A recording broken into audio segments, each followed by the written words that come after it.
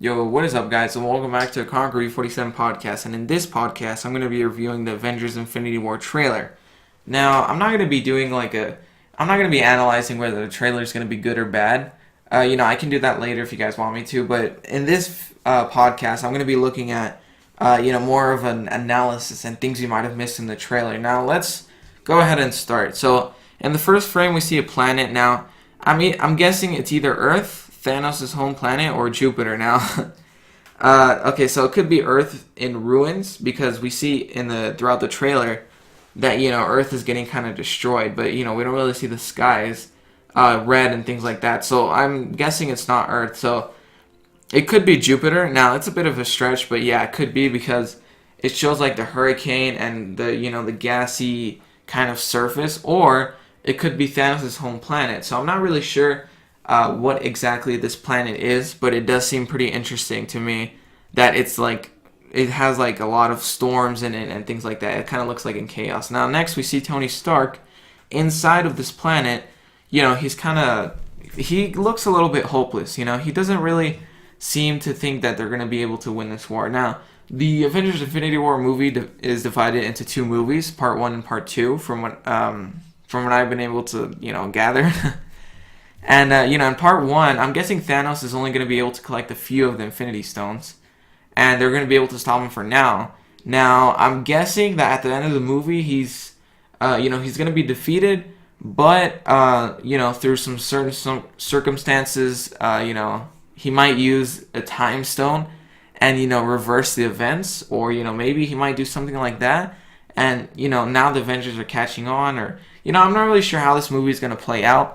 But, we'll just go ahead and see what's next in the trailer. Now, next, we see that Bruce Banner is, inside a hole, and Doctor Strange and Wong are looking down at him, how did he get here? Now, I'm guessing that that something wrong happened with the ship, the Asgardian ship that Thor was on in Thor Ragnarok. So, at the end of Thor Ragnarok, spoilers, by the way, spoilers. on Thor Ragnarok. Okay, so at the end of the movie, Thor had to blow up the entire planet, in order to defeat Hela. So, as I was trying to, as I was saying before, I think, the spaceship that they were on, all the Asgardians, I think maybe something bad happened to it, and Thor might have just stayed on that ship, or maybe gone on another ship. And then Hulk might have, I think, crash landed into Doctor Strange's house. Now, I don't know how Hulk crash landed exactly at their house. That's kind of coincidental. Maybe Doctor Strange influenced Hulk with his magic to, head towards their house to crash land. No. It could be. And, so apparently Hulk in Thor Ragnarok wasn't able to change back to Bruce Banner. So, I'm not really sure how that dynamic worked. Okay, that's the end of the spoilers for Thor Ragnarok. So if you guys want to come back to this video. Anyway, so now, the next frame we see, Scarlet Witch and the Vision. Now, Scarlet Witch and the Vision in the comics are actually married, and they're a couple. Even though the Vision is an android, he feels very human. Because Ultron felt since Ultron was Vision's creator, Vision had more of a good human aspect to him. Ultron had a corrupt human aspect to him. Although they're robots, they seem very human, which is why Scarlet Witch is interested in the Vision. Now, in this trailer, we kind of see that both of them are pretty much married at this point, or at least living together. And we see that Vision looks very human. Now, I don't know what's up with that. I think it's because his Mind Stone has been removed. But I'm not really sure how that makes him seem more human. Maybe he took up a human body. I'm not really sure how exactly that works. But we do see that on his head, there's no gem there. So, something happened. Now, in the next frame, we see that Thor is in his spaceship looking at the battle through, futuristic type cameras. So, I'm guessing that it's the Guardians of the Galaxy ship because if something happened to the ship that he was in, along with all the civilians, maybe... Okay, so at the end of Thor Ragnarok, spoilers again, we see Thanos' ship and then he kind of just blows up. I'm guessing he might have blown up their ship or something like that. We only see it just briefly in the post-credit scene, so I'm guessing that happened. And maybe the civilians went out their escape pods. Maybe Thor found another ship, or maybe something like that happened. Now we see at the end of the end of spoilers, by the way, for Thor Ragnarok. There's sorry, I know there's a lot of spoilers for that movie, but I feel like you guys should really watch that movie to see what there is to this trailer. Now, anyways, so yeah, I'm guessing Thor is in the Guardians of the Galaxy ship, since in the in the end of the trailer, we see that, he's asking who are they, and, he's talking to the Guardians of the Galaxy. And then, from there, we kind of see that Black Widow, she has a changed look, which I actually really like. She has blonde hair, and she has, like, a new suit. Now, it doesn't look as technological, but I actually kind of like it. It looks kind of classic, And then after that, we kind of see Bruce Banner with the Hulkbuster arm. Now, I'm not really sure what he's doing with the Hulkbuster arm. I will talk about that in a bit. But I'm pretty sure it's because he was in the Hulkbuster armor. Now, I don't know why he would need to be in the Hulkbuster armor if he is the Hulk. Like, I don't get what's the deal there. Like, like maybe it's to offer extra protection, which doesn't really make any sense at all. Like, I don't get what the heck he's doing with the Hulkbuster armor. Maybe he's just repairing it. And also, he seems to be in Wakanda. Now, throughout the trailer, a reoccurring theme or location that we see here is Wakanda. Now, I don't know why Thanos is so interested in Wakanda, but, I'll talk about that in a bit. And, the next thing that we see in the trailer is, Tony Stark with Wong, Doctor Strange, and Bruce Banner. Now, this kind of reminds me of the Illuminati, which is the kind of team designed in Marvel Comics in order to stop the events of Secret War. So we might see a little bit of that, inside the Avengers Infinity War movie. Who knows? And, and we see also in a frame that the stairs are broken, which, as I said earlier, is probably Hulk crash landing through the stairs. And, that's when they have their little reunion kind of thing. So, next, we see Iron Man with his arc reactor. So, okay, I gotta put my ideas together. So, like I said, the four of them were in Doctor Strange's house. Doctor Strange, Wong, Iron Man, and Bruce Banner. Now, we see Iron Man, he actually has his reactor. So, in Iron Man 3, he took it off, and that was a big part of the story. Like, and towards the ending of Iron Man 3, he took off his arc reactor, and we didn't see it in Spider-Man Homecoming either inside his chest, so I don't know why he decided to put it back in. Now, I know Marvel does it so he could go back to his comically accurate type roots, like as far as physical appearances go. And, I think that's pretty good, but I kind of want to know why he puts it back on, or he needs it again, Maybe it makes him more able to fight and, less physically strained during the battle. I'm guessing that's why he's going to put the arc reactor, because this is a huge battle. This is like world invasion type thing, like in Avengers. So now Tony Stark is going to come more prepared. And, the next thing we see is that Peter Parker's spider sense is going up. So in Spider-Man Homecoming, we actually didn't even see a spider sense.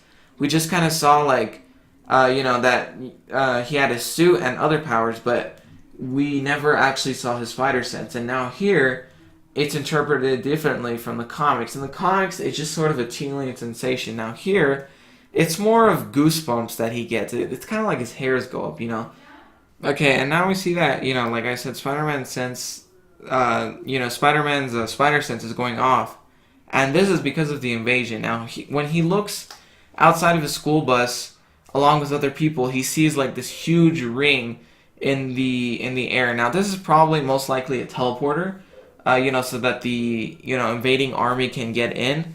Now, I'm not sure why there's a teleporter there, because later in the trailer, we see that the alien army is in Wakanda, and this doesn't seem to be part of Wakanda, so I don't know why the teleporter is all the way there, or, if it even is a teleporter. Now, it kind of reminds me of Age of Ultron, because it's kind of red and white. It kind of looks like it, like that kind of technology. Now, it's not exactly that technology, but it does seem pretty similar to it.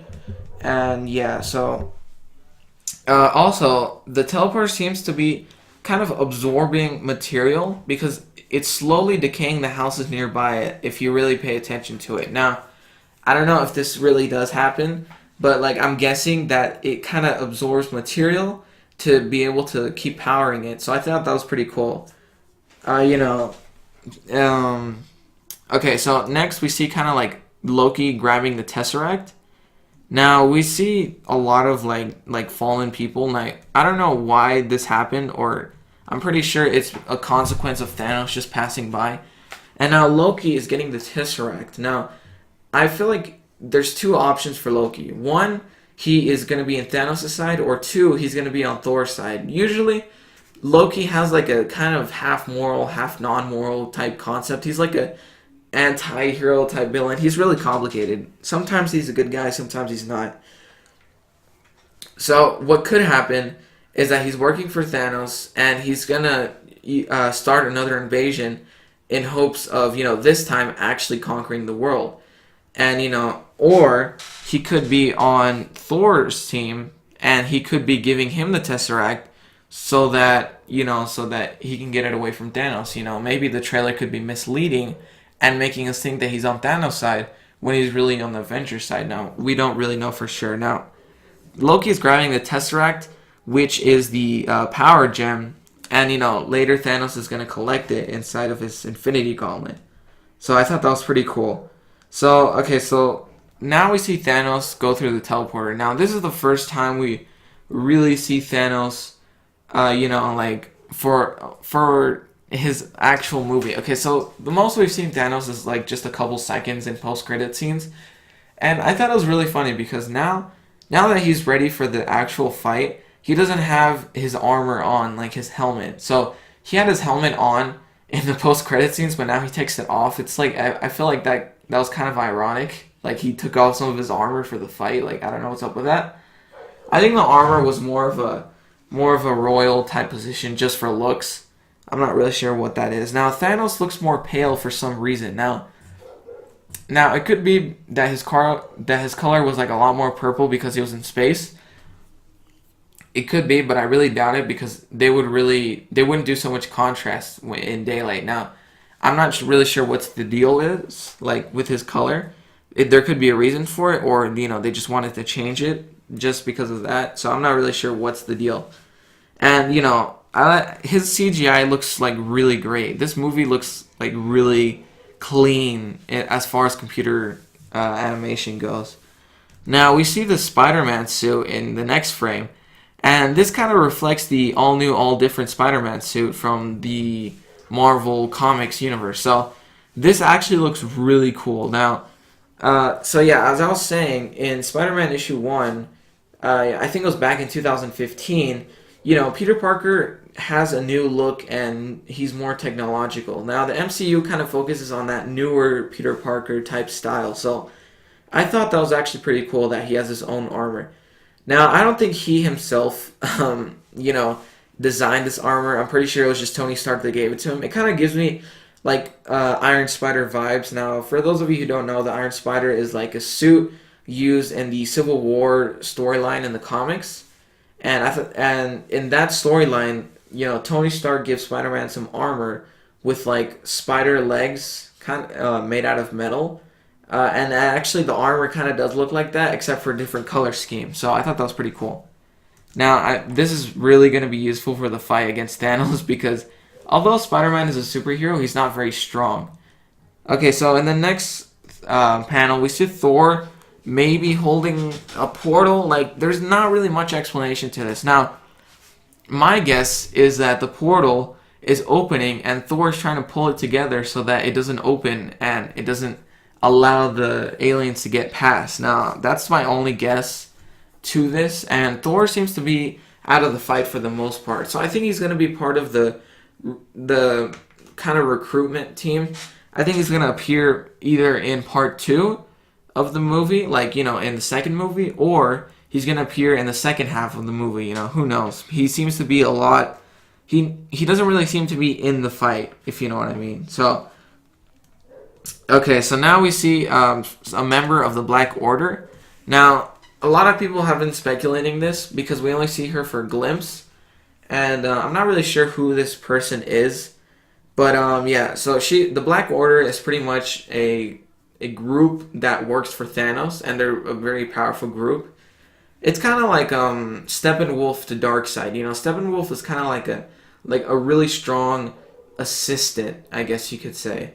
So yeah, that's what the Black Order is. And then we see Captain America grab the spear, and you know we see that he's got a fully grown beard, which is actually pretty cool. And you know, in the next frame, we see Black Panther says, "Get this man a shield." Now, this means that you know Captain America didn't have a shield because of the events that happened in Civil War. You know, he actually lost it. Now, I don't know why Tony Stark doesn't just give him back his shield, or like he could make him a new one, because in the comics, Tony Stark has been able to obtain vibranium and grab a new shield. Now, maybe that ties into this Wakanda thing. Maybe they're going to Wakanda to get vibranium, and then they also happen to see the alien army there, and then they just kind of collaborate with each other, just kind of fight. And then, you know, in the next frame, we see Hulk with his Hulkbuster armor. Now, like I said before, it could be Tony Stark, but I'm pretty sure it's Hulk because of the movements. The movements seem a lot like Hulk. So, you know, that's what a lot of people are speculating. But you know, once again, I don't know why Hulk would need to be in a Hulkbuster armor unless he's weakened from the battle, or it could be Bruce Banner inside, or maybe Bruce Banner can't control when he, you know, turns back to Hulk again. You know, we really don't know the dynamic here. And yeah, so you know, we see like the battle taking place. We see Black Panther, Captain America. We pretty much see everyone, which is towards the end of the trailer. Now, there's some four-armed aliens called Outriders. In the comics, Outriders are, you know, four-armed aliens. They're like genetically made, and their only purpose is to serve their maker. So they're pretty much kind of like I forgot what the minions are called from Justice League. I totally forgot the name. Parademons. That was the name. So they're pretty much like the Parademons. And in every you know, Avengers movie, there's always like a lot of like minions that are not really doing that much damage. You know, they're not really contributing too much to the war. You know, as far like Thanos is like the most powerful one, the one that's going to take on the Avengers. Now the aliens are the ones that are going to help with the invasion. So that's actually pretty cool, and their design looks really cool. It looks really badass. Now, you know, in the first Avengers movie, it was the Chitauri, and in the second one, it was the Avengers: Age of Ultron. Like, you know, Ultron had his like bots that he made, and now it's the Outriders. Now, next we see that Spider-Man gets slammed down by Thanos. Now, he's only able to survive this just because he has his armor on. Now, I don't know why Thanos doesn't really seem to have much power. So he's not really shown with power. He's only shown with strength in the trailer so far. Now, right, you know, as he's collecting the gems, he might not even have any gems yet, and the Avengers are going to try to stop him, and he might just quickly subdue Spider-Man and you know grab a gem and get away real quick. The plot to me seems a lot like Justice League in that sense. You know, we have the villain, you know, going after Cosmic Cube or going after Infinity Stone, and then the Avengers, Justice League trying to stop him. You know, it seems pretty much alike, the Justice League and Avengers plot. Now, I don't actually know the full plot since I haven't watched the movie, but according to the trailer, it kind of seems the same. Anyways, Vision gets taken down. So, like, in the next frame, we see that Vision, there's someone with this staff that looks a lot like Loki's staff. So, it could be Loki. Now, the foot seems a little big now. So, it could be a member of the Black Order. Now, they're kind of helping out Thanos get the gems for him instead of him having to do it himself. They're just kind of taking it out from the Vision, and that gem is the Mind Stone.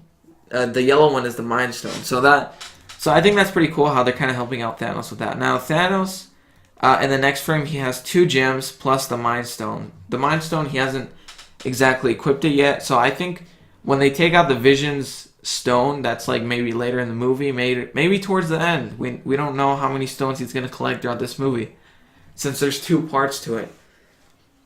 So Thanos has 2 stones, like I said. The purple one, which is power, and the blue one, which is space, which is the Tesseract one, and the Power Stone I think was seen in Guardians of the Galaxy. In the beginning of the movie, we could see Star-Lord, trying to steal it. Okay, so, towards the end of the movie, I'm about to wrap up this podcast. So, in the end of the movie, we see that there's a huge fight, like, in Wakanda. Now, I think Thanos is maybe interested in the vibranium. Like, Ultron, was also interested in upgrading himself. Now, I think Thanos might want to try to obtain vibranium, not for himself, but rather for his army, his aliens things.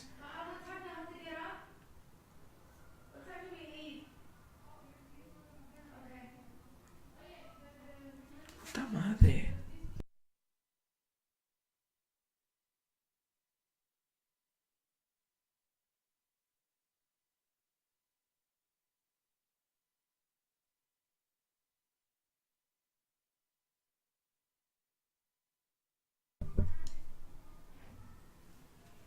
Okay, and yeah, so